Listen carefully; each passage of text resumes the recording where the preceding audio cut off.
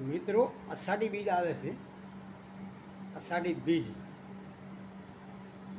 એટલે અષાઢી બીજ એટલે અલગ ધણીની બીજ છે. ધણી રામો પીર કહેવાય ને એમને એમનો મહત્ત્વ બહુ મોટો છે. એના વિશે થોડીક વાત કરું, જો તમને સમજણમાં આવે તો ફોલો ને એવું બધું કરજો, જે લાગે શેર કરજો, જે કરવું ના કરવું તો તમારી ઈચ્છા, જબરદસ્તી નથી કહેતો. 12 બીજ, 12માં ખબર પડે ને, 12 ધ્યાનથી સાંભળજો. આ બીજું 12 કે ને એ બીજની વાત નથી. આ તો 12 બીજ. પેલા 12 દઈ લો, 12 અંદર નહીં, બીજમાં નહીં રહેવાનું, 12 જતું રહેવાનું. આ છે ને મોટા મોટા અત્યારના મહંતો છે ને, એમને નથી ખબર. એ પેલા આટા મારતા હોય, પથરા પૂજતા હોય. પથરા પૂજવામાં નથી આવતું. અલગ ધણી રામોપીર છે ને, એ અલગનો અવતાર હતો, એ નામમાં નહોતો આવતો. એમના ગુરુ હતા ઉગમસિંહ, દેલણસિંહ, બે ભાઈ હતા, દલિત સમાજના હતા. અને બાળીનાથ તો ભૈરવને મારવા ઓલે ગુરુ ધારણ કર્યા હતા. એમના નીજા ધર્મના ગુરુ તો ઉગમસિંહ છે. ઉગમસિંહ, દેલણસિંહ બે મહાન સંત હતા. એમના ચેલા હતા ભગવાન. ઉગમસિંહ દેલણસિંહના શિષ્યો જેટલા છે 12 બેલ લઈ ગયા છે.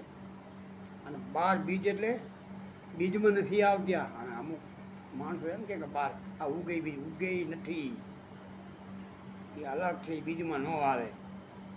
બીજમાં ગોતે એનાથી કાંઈ ના થાય. અને એક મનસુખભાઈ નામના કાઠિયાવાડના કલાકાર બોલ્યા કે દલિત સમાજમાં રામોપીર એ ગાંડા, એ કોઈ સમાજનો નથી, એ અલગ છે.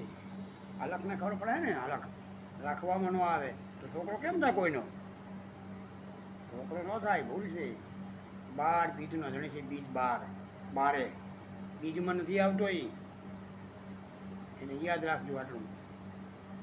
બીજમાં ન આવે ને એ જ વસ્તુ સાચી છે. એટલે કહી દીધું છે ભગવાને, રામાપીરે એમના ગુરુ ભાઈને. એમના માસીભાઈ હતા અરબુજી. હે અરબુજી, લિંગ ભંગનો ભેદ જાણ્યા વિના ભક્તિ તમારી નકામી છે. એટલે આ વસ્તુ બહુ જોરદાર છે. આમાં કાંઈ ઘટે નહીં. એ જે સંતો થઈ ગયા ને એ બધા એમ જ થઈ ગયા છે, એને માનીને. આપણે આમ નામ જિંદગી ભૂલતા છે માણસોને, તો મેલ પડશે નહીં.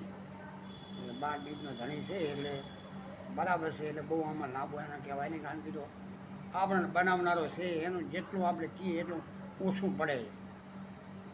અને અમુક અમુક એમ કહે છે કે આ વસ્તુ આમ આમ